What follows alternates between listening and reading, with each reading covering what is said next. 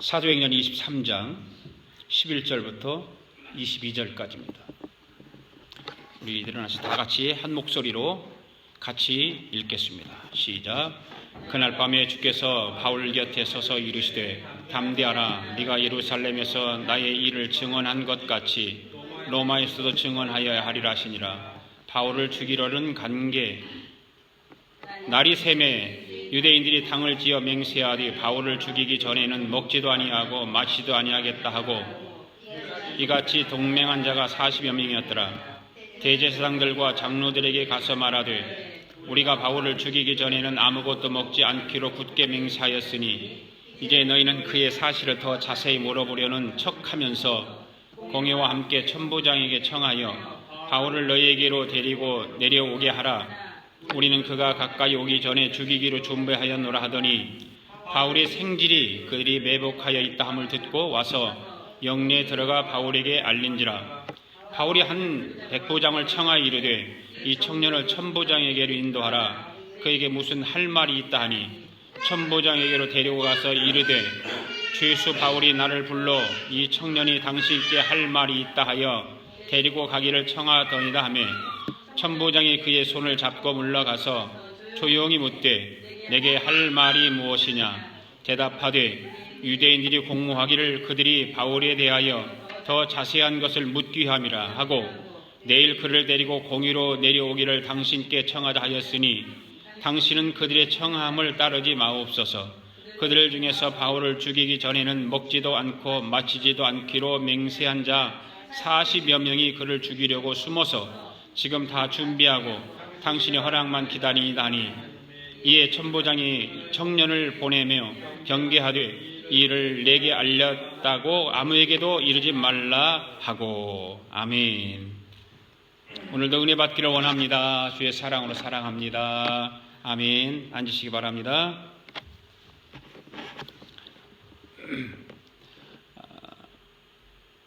다른 사람을 해치기 위해서 몰래 꾸미는 것을 여러분 뭐라고 하죠? 음모라고 합니다. 음모는 어떠한 일을 좋지 않은 목적으로 몰래 무엇인가를 계획하고 꾸미는 것을 말할 때 쓰는 말이잖아요.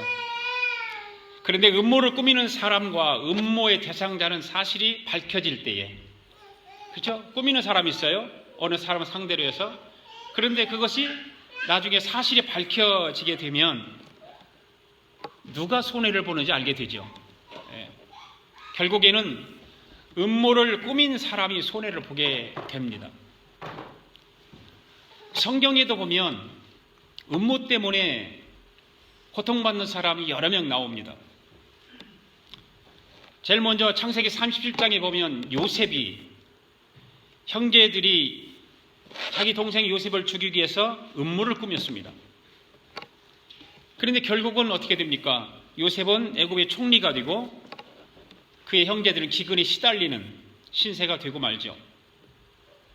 또 에스더에 가면 에스더 7장에서 보면 페르시아 제국의 제2인자인 하만이 모르드게와 유대인들을 죽이기 위해서 음모를 꾸몄습니다.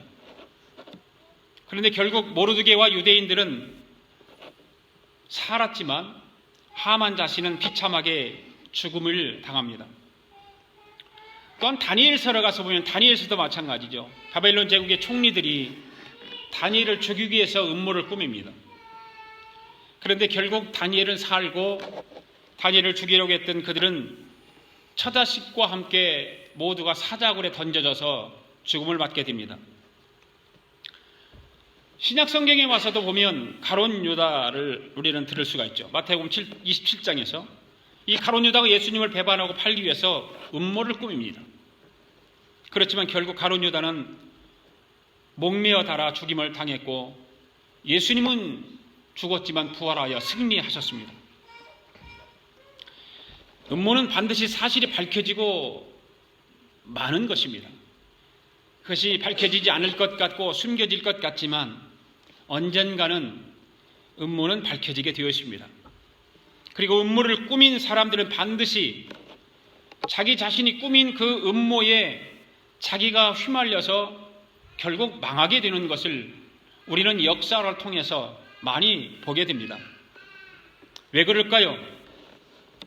음모는 마귀의 역사이기 때문입니다. 여러분들은 지금까지 삶을 살아오면서 음모로 인해서 고통당해 본 적이 있습니까? 누군가가 나에게 음모를 꾸며서 내가 고통스럽고 힘들어 본 적이 있습니까? 아니면 여러분들이 다른 사람을 고통스럽게 하기 위해서 음모를 꾸며서 정말 힘들게 해본 적이 있습니까? 우리는 사도행전을 지금까지 계속 공부하고 있으면서 증인들의 이야기 75번째 이야기를 하고 있습니다. 사도 바울은 극심한 고난을 당했습니다. 그러나 거룩한 예수 그리스도의 복음으로 로마를 정복할 수 있다라고 하는 그 생각과 꿈이 그에게는 가득했습니다. 그래서 고통스럽고 힘들고 핍박과 고난을 겪지만 바울은 일어날 수 있었습니다. 바울은 다시 시작할 수 있었습니다.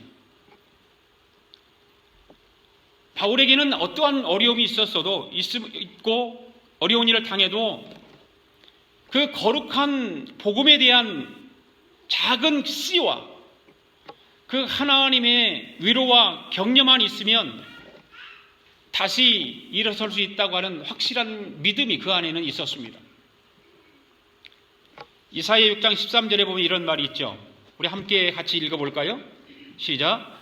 그 중에 10분의 1이 오히려 남아있을지라도 이것도 삼키운 바 될 것이나 밤나무 상수리나무가 배임을 당하여도 그 그루터기는 남아있는 것 같이 거룩한 씨가 이 땅의 그루터기니라. 아멘.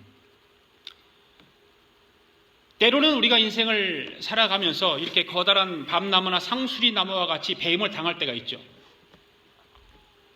그런 아픔을 겪기도 합니다. 그런 고통을 겪을 때가 있습니다. 밤나무가 배임을 당하고 상수리나무가 배임을 당하고 그런 아픔이 필요하듯이 우리에게도 인생을 살아가면서 그런 아픔이 때로는 필요할 때가 있습니다. 그럴 때 어떻게 해야 될까요? 바로 밤나무가 잘려지고 상수리나무가 잘려지는 것 같이 우리도 마찬가지로 그런 고통과 아픔이 잘려져야 새로운 것이 나오게 되어 있죠. 왜 그렇습니까? 잘려도 구루터기만 남아있으면 거기서 새로운 역사가 시작되기 때문에 그렇습니다. 작은 복음의 씨앗이 우리 안에, 우리 신앙 안에, 내 모든 인생 전체 안에 작은 복음의 씨앗이 구루터기 같이 남아있기만 하면 그 씨앗을 통해서 새로운 역사를 만들어가게 되는 것이죠. 그 끝까지 남아야 할 구루터기가 바로 거룩한 복음의 씨인 것이죠.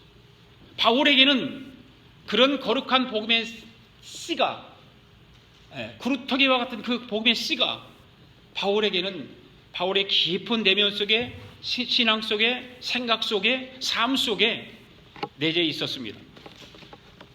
오늘 본문의 말씀을 보면 사도 바울을 죽이기 위해서 유대인들이 40여 명의 사람들이 동맹을 하고 음모를 꾸민 사건이에요. 그런데 그 음모가 드러나고 맙니다. 그리고 계속되는 유대인들의 핍박으로 인해서 어려운 처지에 있는 그 사도 바울을 하나님께서 위로하시고 격려하시는 내용의 말씀이 오늘 본문의 말씀이에요. 아까도 말씀드렸듯이 증인들의 이야기 75번째, 75번째입니다. 바울에 대한 위로와 음모에 대해서 오늘 함께 말씀을 나누기를 원합니다. 오늘도 세 가지로 말씀을 드릴 텐데요.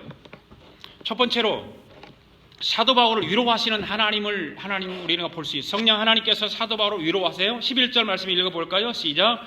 그날 밤에 주께서 바울 곁에 서서 이르시되 담대하라. 내가 예루살렘에서 나의 일을 증언한 것 같이 로마에서도 증언하여야 하리라 하시니라. 여러분, 하나님께서 바울을 위로할 때가 언제입니까? 이 말씀을 보면 그날 밤에라고 되어 있죠. 그날 밤에. 그렇다면 그날 밤은 언제이냐 그 말이에요. 여러분 기억나세요?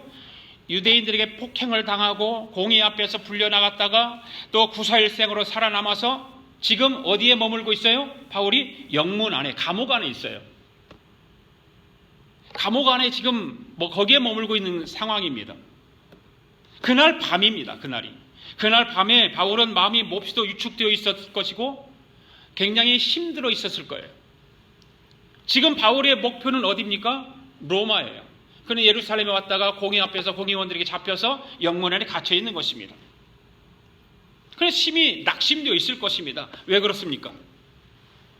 자기 자신은 순수하게 복음만을 전하고 있는데 자신 앞에 너무나 많은 어려운 일들이 벌어져 있는 것입니다. 힘들고 고통스러운 일들만 벌어지고 있는 것입니다. 사실 바울이 예루살렘으로 올라갈 때에 어떤 계획을 가지고 있었습니까? 아까도 말씀드렸지만 바울의 생각에는 그새 갔다가 그곳에서 잠시 머물러 있다가 이제 로마로 복음 전파를 하기 위해서 갈 계획을 가지고 있었던 것입니다. 그런데 막상 예루살렘에 와서 보니까 자기 앞에 전개되는 그런 모든 상황들이 너무 악화일로로 치닫고 있는 것을 알 수 있었습니다. 왜 그러냐면 자기 앞에 일어나는 일들을 보니까 예측할 수 없는 불안한 그런 일들만 연속적으로 일어나고 있는 거예요. 참 고통스럽고 힘든 일만 연속적으로 일어나고 있습니다. 자기가 계획하고 꿈을 꾸었던 그 로마에서의 복음 전파 사역이 제대로 이루어질 수 있을지, 내가 과연 로마로 갈 수 있을지, 생각만 하고 꿈만 가지고 있는 것은 아닌지 장담할 수가 없었어요. 사도 바울은 하나님을 믿는 사람이지만 그도 역시 사람인지라 계속되어지는 핍박, 어떤 꿈과 목표가 허물어지는 것을 느꼈을 때 마음이 아팠고 낙심되었을 건 분명할 것입니다. 바로 그때 성령 하나님께서 나타나서 말씀하시잖아요. 위로의 말씀을 하세요. 이르시되 담대하라는 거예요. 담대하라. 내가 예루살렘에서 나의 일을 증언한 것 같이 로마에서도 증언하여야 하리라. 성령 하나님이 지금 답답해하고 있는 그 바울에게 찾아오셔서 이런 위로의 말씀을, 격려의 말씀을, 용기의 말씀을 불어 넣어주시는 것입니다.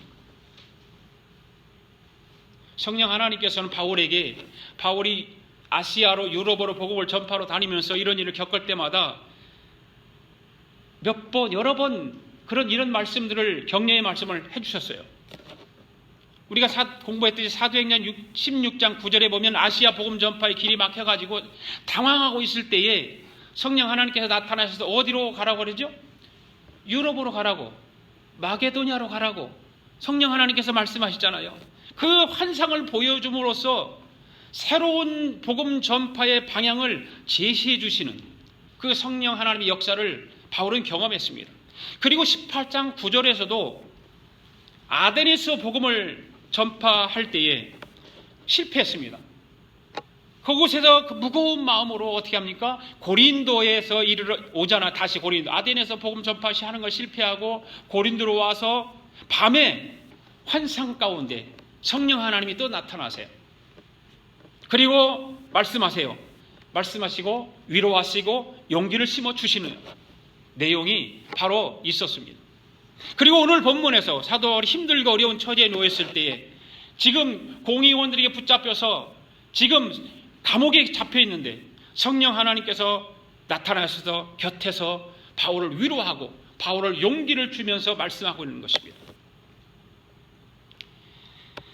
성령 하나님의 위로의 말씀은 낙심 가운데 있던 이 사도 바울의 마음을 참 가볍게 해주시고 또 담대하게 만들었고 용기를 불어주셨습니다.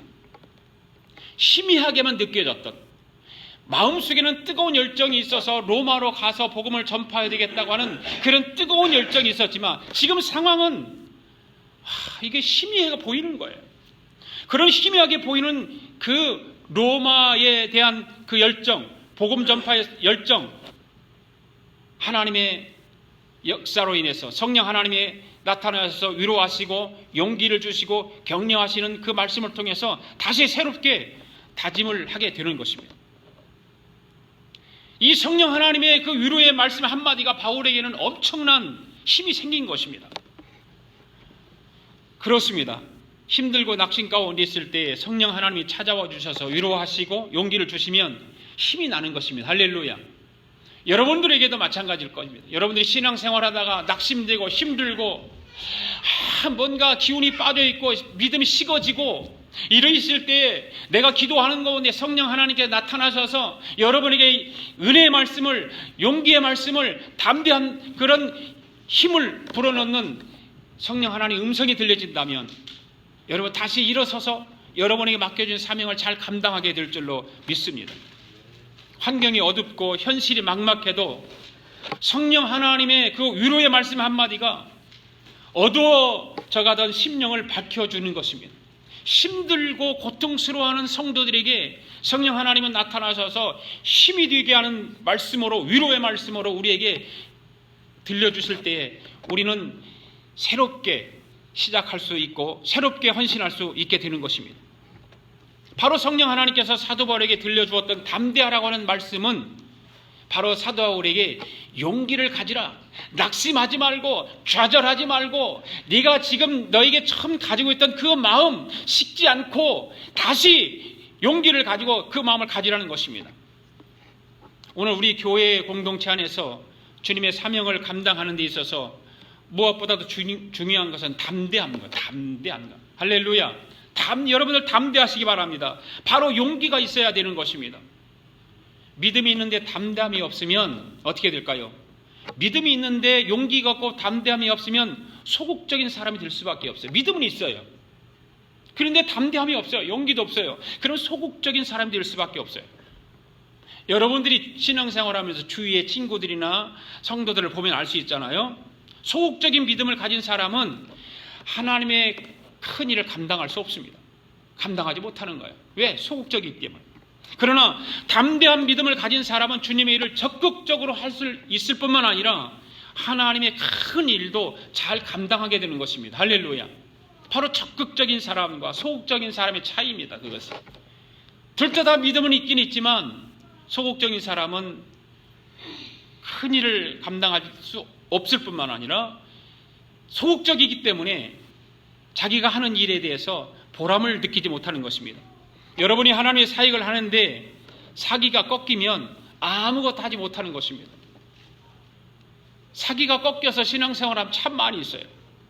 2017년도 새해 들어서 새롭게 계획을 세우고 좀 더 나은 신앙생활을 하려고 했을 것입니다. 이제 새해부터는 무엇인가 내가 단추를 바르게 깨워서 새롭게 뭔가 해보야 되겠다 다짐했을 것입니다. 그러나 원수마귀는 어떻습니까? 너무나도 3개월도 못 가서 3주도 못 가서 너무나 빠르게 나의 신앙의 사기를 꺾어버리고 힘을 다 잃어버리게 만들고 덤벼들고 있는 거예요.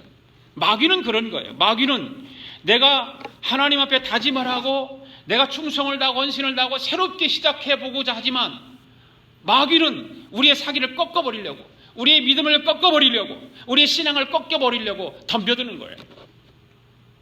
그렇다면 여러분 힘 빠진 신앙생활 하지 마시기 바랍니다.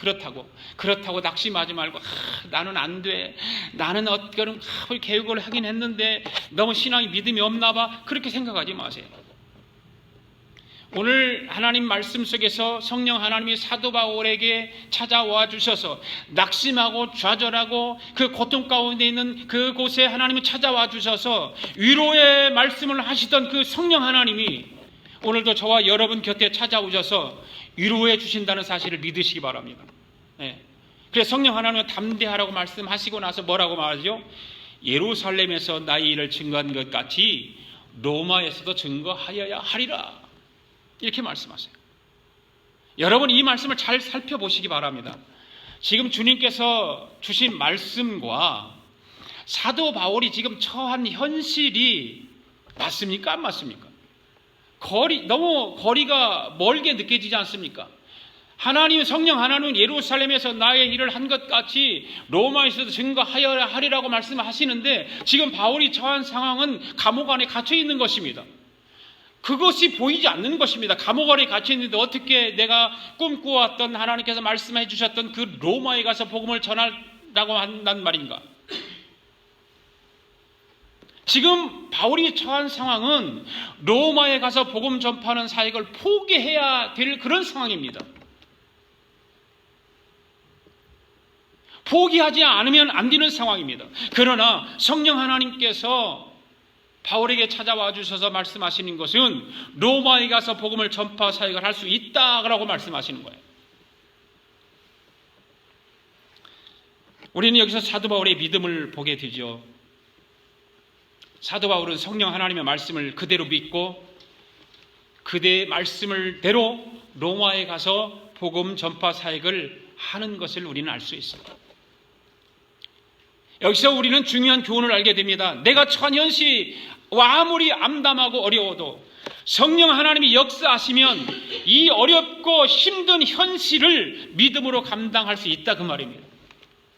하나님께서 약속하신 그 말씀을 붙들고 나가면 아무리 어렵고 힘든 상황이 우리 앞에 놓여진다 할지라도 하나님은 그 믿음 때문에 우리에게 찾아와 주셔서 격려해 주시고 위로해 주시고 용기 주시는 거예요.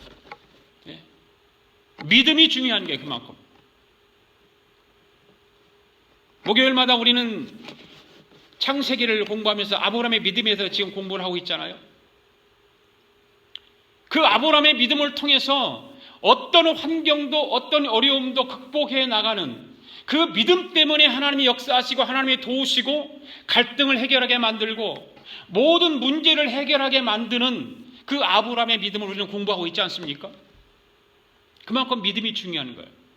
이 바울에게도 하나님에 대한 하나님의 약속의 말씀에 대한 믿음이 있었기 때문에 현실은 불가능한 것 같고 현실은 암흑이 캄캄한 암흑 같은 그런 상황이지만 그 말씀을 붙들고 하나님 앞에 정말 기도하고 내가 로마에 가서 복음을 증거해야 되겠다고 하는 그 마음이 다시 회복되어지는 거예요. 하나님 위로의 말씀, 하나님께서 용기의 말씀을 부어주실 때 오늘 우리도 이런 어렵고 힘든 신앙생활, 여러분이 신앙생활하고 직장생활하면서 신앙생활을 아이 키우면서 신앙생활하는 거 쉬운 거 아니에요. 힘들죠. 육체적으로 힘들고 정신적으로 힘들고 모든 것이 힘들지만 믿음이 있으면 그 힘든 것을 이겨낼 수 있다 그 말이에요.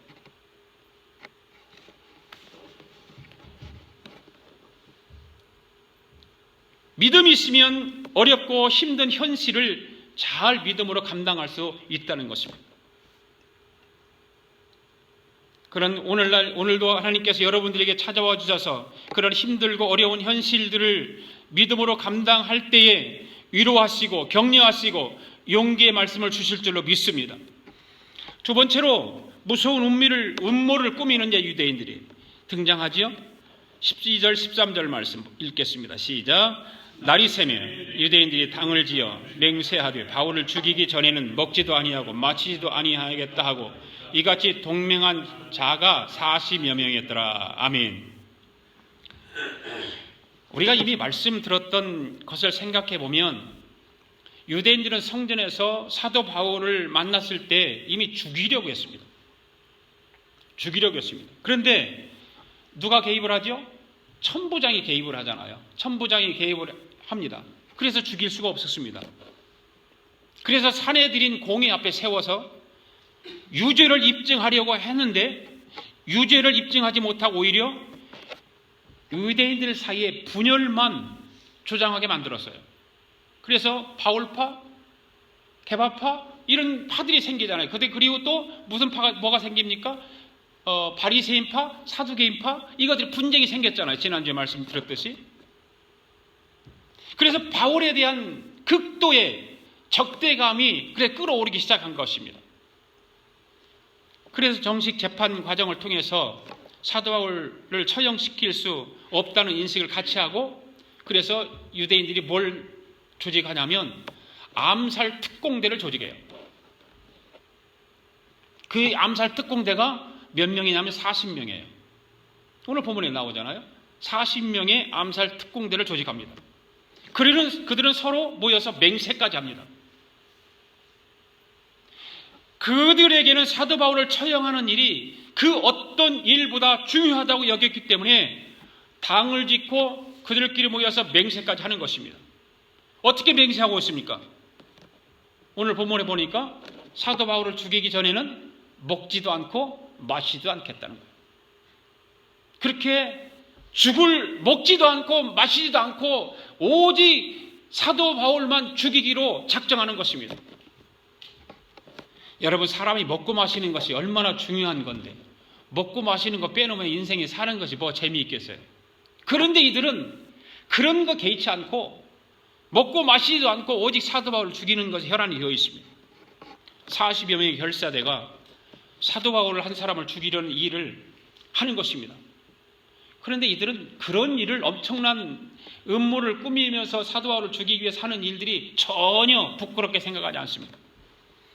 잘못된 생각이라고 생각하지 않습니다. 그들에게는 그 일이 하나님에 대한 충성이라고 생각한 것입니다. 오늘 우리는 여기서 깨달아야 할 것이 있습니다. 하나님의 뜻을 잘 이해하지 못하고 하는 열심은 도리어 하나님의 뜻을 회방하고 거스린다는 사실이에요. 하나님의 뜻을 우리는 분명히 찾아야 되고 알아야 되는 거예요.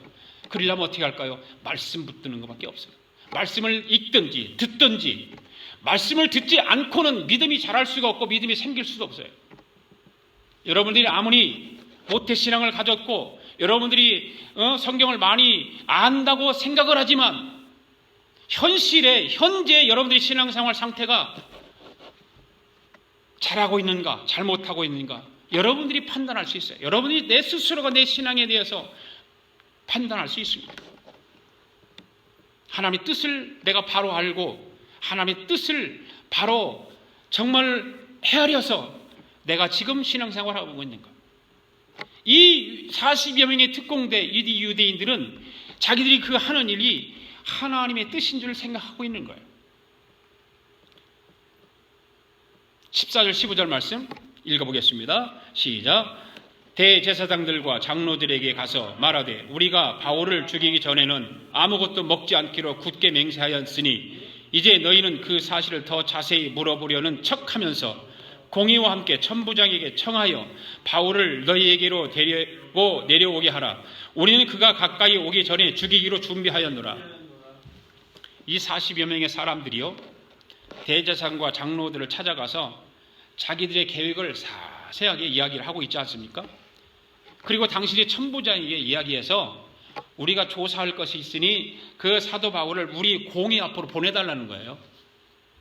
그들을 불러달라고 조사할 것이 있으니까. 그때 사도 바울이 천부장의 손에서 이 대제사장의 손에 들어가려는 그 이동하는 과정에서 어떻게 하겠다? 이들이 숨어 있다가 매복해 있다가 그때 바울이 나타나면 죽이겠다는 것입니다. 엄청난 치밀한 계획을 세운 거예요. 특공대니까 이 40여 명이 특공대니까 이런 치밀한 계획이 없이는 음모가 없이는 사도 바울을 죽일 수가 없는 거죠.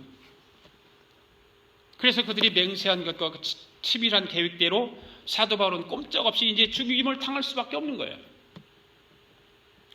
그런데 우리는 성경에 보면 공중에 새 한 마리도 하나님 뜻이 아니면 떨어지지 않는다는 말씀이 있지 않습니까?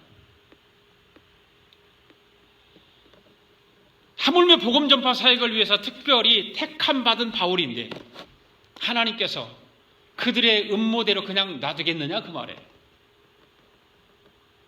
이들이 아무리 완벽한 음모를 꾸민다 할지라도 사도 바울의 배후에 누가 있습니까? 성령 하나님이 계시잖아요. 할렐루야. 네.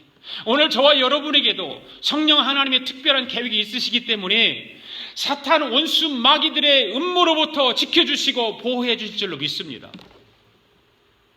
우리 앞에 있는 원수들의 음모 앞에 우리의 눈으로 보면 절대적으로 불리할 것 같고 이길 수 없을 것 같지만 성령 하나님이 함께 하시면 하나도 불리하지 않을 믿습니다. 성경에 보면 고라 일당이죠. 고라 자손. 고라 일당이 꾸민 음모가 있었는데 그 음모가 뭐예요? 모세를 죽이려고 하는 거냐 고라 일당이. 그 고라 일당이 그런 음모를 꾸몄을 때에 절대적으로 모세가 불리해 보였는데, 그러나 성령 하나님은 어떻게 하십니까? 모세와 함께 하셨기 때문에 모세가 이기잖아요. 예. 아까도 모르드게 이야기했지만 하만이 꾸민 음모 앞에 모르드게와 그 유대 민족의 절대적인 불리한 상태입니다. 여러분 에스더서를 읽어보면 알잖아요. 그런데 그렇게 불리했지만 하나님께서 함께 하시니까 이길 수 있어요. 하만을 물리치고 이깁니다. 다니엘도 마찬가지죠. 바벨론 제국의 총리들이 꾸민 음모 앞에서 다니엘의 친구 3사람 절대적으로 불리하지요. 그들은 노예로 끌려왔다가 총명하고 지혜로운 사람들이어서, 청년들이라서 좀 불림 받아서 왕궁에서 일하는 뿐이지 절대적으로 불리하죠. 그런데 하나님께서 함께 하시니까 그들을 음모를 물리칠 수 있었던 것입니다. 할렐루야. 오늘 여러분의 삶이 원수마귀 앞에 절대적으로 불리하다고 생각을 하십니까? 오늘도 하나님은 저와 여러분과 함께 하신다는 사실을 믿으시기 바랍니다. 마지막, 그런데 그 음모를 꾸몄는데 음모가 탄로가 나죠. 발각이 됩니다. 탄로가 납니다. 16절 17절 말씀 읽습니다. 시작. 바울의 생질이 그들이 매복하여 있다 함을 듣고 와서 영내에 들어가 바울에게 알린지라. 바울이 한 백부장을 청하여 이르되 이 청년을 천부장에게로 인도하라. 그에게 무슨 할 말이 있다 하니. 아멘. 이 40여 명의 특공대를 구성한 결사대가 사도 바울을 죽이기 위해서 매복을 하고 있다는 사실을 바울의 생질이 알고 빨리 달려가서 바울에게 알려줘요. 바울의 생질이 여기서 등장한 것도 이상하고, 바울의 생질이 그 일을 어떻게 알게 되었는지 알 수가 없어요. 성경에 뭐 그런 기록은 전혀 없어요. 갑자기 바울의 생질이 여기 등장하는 거예요. 이상하잖아요. 그렇죠? 여러분들 생각해 보세요. 그 이야기를 들은 사도 바울이 자기 생질을 어떻게 합니까? 천부장에게로 보내줄 것을 요청을 했죠. 그 요청을 받아들여 가지고 그 아이가 천부장에게 가서 유대인들의 음모에 대한 사실을 다 말합니다. 다 말합니다. 들통이 난 거 아니에요? 그러니까? 그렇죠? 바울을 철저하게 음모를 꾸며서 매복했다가 지나가는 사이에 죽이려고 하는 그런 계획 철저하게 세웠는데, 이 바울의 생질이 그것을 알고 천부장에게다 고하고 다 알게 됐어요. 이 아이가 아니었더라면 바울은 유대인들의 그 특공대들에게 틀림없이 죽었을 거예요. 그런데 하나님의 역사는 이런 거예요. 그러니까 우리는 알 수 없어요. 여러분의 인생 속에서 하나님 역사하시는 것을 하나하나 살펴보면 지금은 당장은 몰라. 그런데 그 지나고 나보면 이것이 하나님의 역사였구나. 성령 하나님이 내 인생에 이렇게 개입하셨구나. 내 삶에 이렇게 개입하셨구나라고 하는 것을 나중에서 깨닫게 되는 거예요. 그런 것을 참고 삼아서 지금 잘하면 좋을 텐데 우리는 너무나도 어리석고 너무나도 죄인의 모습을 가지고 살기 때문에 그것까지도 다 잊어먹고 여전히 죄악 속에서 죄지으며 살아가는 것입니다. 성령 하나님은 바울이 어려움에 빠져 있을 때마다 직접적으로든지 간접적으로든지 나타나셔서 위로해 주시고 격려해 주시면서 바울의 복음 전파 사역을 도와주는 거예요. 아시아에서, 유럽에서 그 엄청난 큰 일을 감당하는데 성령 하나님이 이렇게 직접 꿈속에 환상 가운데 나타나시기도 하지만 사람을 통해서, 환경을 통해서 간접적으로 나타나셔서 바울을 격려하는 것을 볼 수가 있습니다. 우리가 그동안 공부했던 말씀들을 다시 한번 기억해 보면, 고린도에서 유대인들로부터 대적을 당할 때 그 총독이었던 갈리오가 나서서 바울을 도와주었던 일들을 기억합니다. 또 19장 35절에 들었던 이야기인데, 바울이 에베소에서 복음을 전파하다가 그 아데미 신을 섬기는 사람들이 일어나서 대적할 때 그곳 서기장이 나서서 사도 바울을 보호해주고 도와주는 그런 장면들을 우리는 기억합니다. 9장 25절에서도 마찬가지지만 유대인들이 바울을 죽이려고 홍모를 할 때 제자들이 광주리에 바울을 달아서 창문으로 내려서 도망가게 하는 그런 과정도 우리는 기억할 것입니다. 이와 같이 성령 하나님께서는 사도 바울의 복음 전파 사역을 하는 일에 있어서 직접적으로 도와준 일도 있었지만 사람을 통해서 간접적으로 도와주시기도 하셨다는 사실입니다. 바울의 배후에는 항상 성령 하나님이 함께 하셨다는 사실을 오늘 우리는 다시 한번 깨닫게 되는 것입니다. 할렐루야. 사랑하는 교우 여러분, 성령 하나님이 바울의 배후에만 도와주실까요? 바울의 배후에서만 도움을 주셨을까요? 그렇지 않습니다. 오늘 저와 여러분과도 항상 함께 하시고 인도하신다는 사실을 기억하시고 믿으시기 바랍니다. 21절 하반절부터 22절까지 마지막 읽습니다. 시작. 맹세한 자 40여 명이 그를 죽이려고 숨어서 지금 다 준비하고 당신의 허락만 기다리나이다 하니 이에 천부장이 청년을 보내며 경계하되 이 일을 내게 알렸다고 아무에게도 이르지 말라 하고. 할렐루야. 이 말씀을 보면 천부장은 사실 바울과 어떤 이해관계도 없는 사람이에요. 아무 이해관계 없는 사람이잖아요. 그런데 이상하게도 그가 바울을 좋게 생각하는 거예요. 네. 이 모든 것을 그래서 동원해서 바울을 지켜주라고 말하고 있는 거예요. 이게 성령의 역사 아니겠습니까? 바울과 무슨 관계가 있습니까? 천부장이? 아무 관계 없어요. 그런데 이 천부장이 바울을 도와주라고 얘기하잖아요. 성령 하나님의 역사인 것입니다. 성령 하나님은 직접적으로 도와주시고 간접적으로 도와주시는 거예요. 바로 저와 여러분들을 도와주시는 그 성령 하나님 분명히 우리 곁에 계세요. 바울을 도와주시는 하나님 우리는 안 도와주실까요? 보이지 않는, 내가 겪어보지 않는 그런 성령 하나님 지금도 내 삶에서 역사하시고 여러분들 삶에서 역사하시고 도와주세요. 하나님이 직접적으로 간접적으로 바울을 격려하고 보호하고 도와주려고 했을까? 왜 그랬을까? 바로 그것은 사도 바울은 성령 하나님으로부터 사명을 받은 사람이기 때문에 그렇습니다. 하나님은 그것을 기억하신 것입니다. 하나님이 아브라함의 믿음을 왜 그렇게 좋게 보셨을까요? 그 하나님께서 약속하신 그 말씀을 붙들고 있었기 때문에 하나님은 그 아브라함을 보호해 주시는 거예요. 인도하시고 지켜주시는 거예요. 그래서 그 아브라함의 믿음을 통해서 믿음이 자라나게 하는 거예요. 바울 마찬가지죠.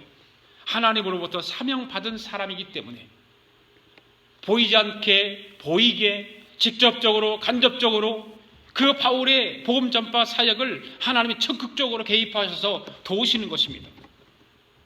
그리고 하나님의 뜻을 믿음으로 순종하고 그 사역을 감당하는 그 바울을 하나님은 기쁘게 보신 것입니다. 그러니까 천부장 같은 사람이 알지도 못한데 그 권위 있는 사람이 많은 유대인들이 조직폭력배를 조직해가지고서 바울을 죽이려고 하는 그런 사람인데도 불구하고 천부장은 바울을 보호해주고 인도해주고. 네. 여러분 원수 마귀들의 편에서 보면 사도 바울을 그냥 가만히 놔두게 되면 그만큼 많은 사람들이 하나님의 사람들이 될 것 아니겠습니까? 그렇잖아요.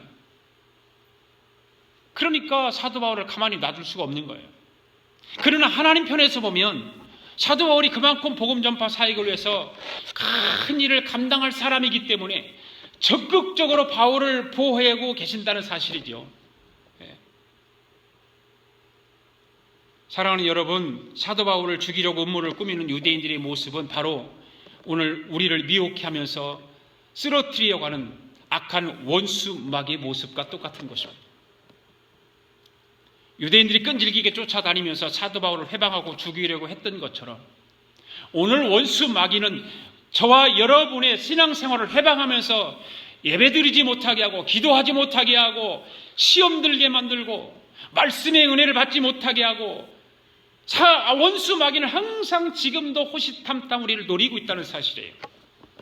그렇지만 사도 바울을 위로해 주시고 또 사도 바울을 격려해 주신 그 성령 하나님은 오늘도 저와 여러분과 함께 하신다는 사실을 믿으시기 바랍니다.